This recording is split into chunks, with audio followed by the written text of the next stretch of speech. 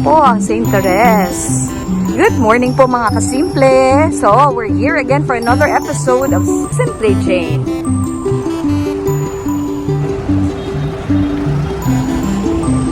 Ito lang po ang St. Therese. Napakalapit lang po sa airport. That is the Terminal 3. At ito po.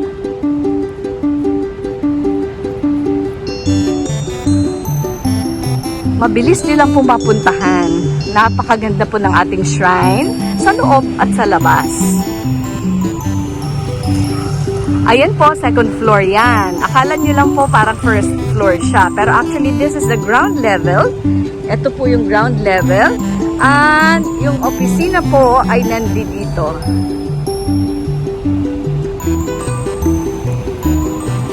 And of course, the Columbarium as well. First, nandito po yung ating flower shop. Ayan po.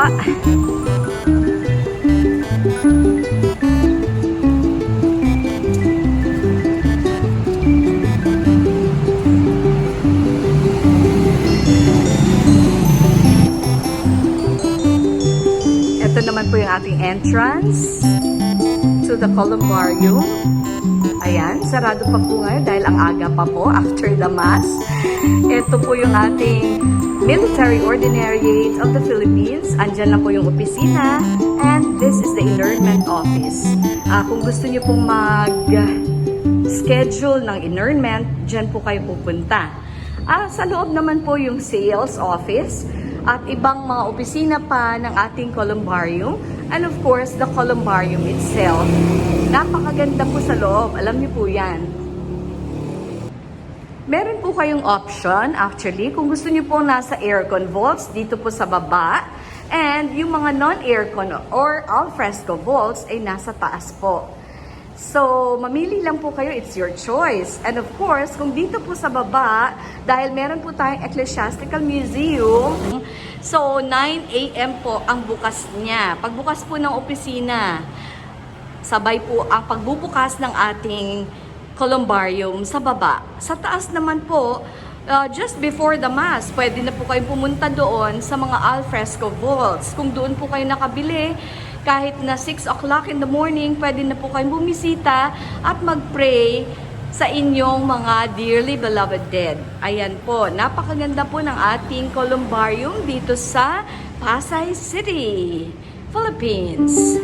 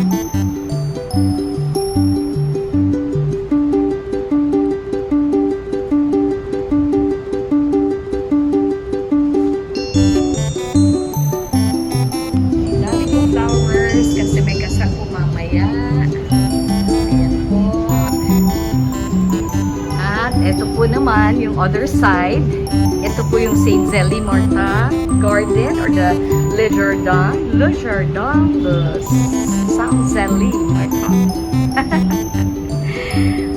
Ayan po ang St. Zélie Garden in honor of the Mother of St. Therese. At ito po yung ating Columbarium Falls dito sa right side of the church.